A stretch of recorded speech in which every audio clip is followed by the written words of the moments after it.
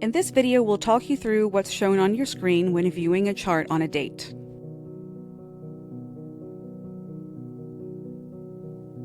Viewing a chart on an individual date is as easy as selecting from the drop-down menus, which you can access from the date search on the homepage or here in advanced search.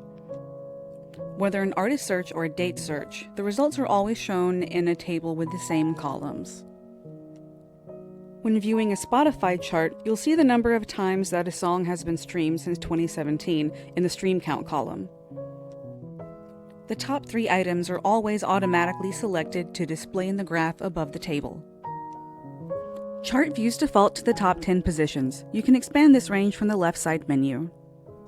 Click the plus sign to save an item to your clipboard for making custom graphs.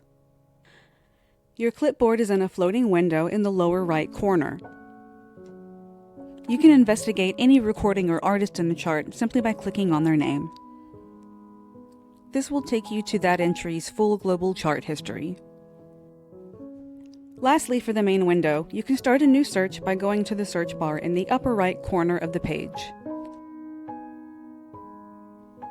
As in every view, use the left side menu to change the data that's displayed in the main table. The name and date of the chart you're viewing is shown here. Clicking the date opens this submenu, which allows you to go to the previous or following week's chart.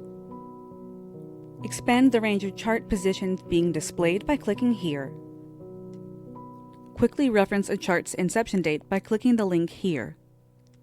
Click the yellow button to export your data to spreadsheet. Please note that the spreadsheet will only include the data that is currently shown in the main window, so make sure you've set the chart positions to the range that you need.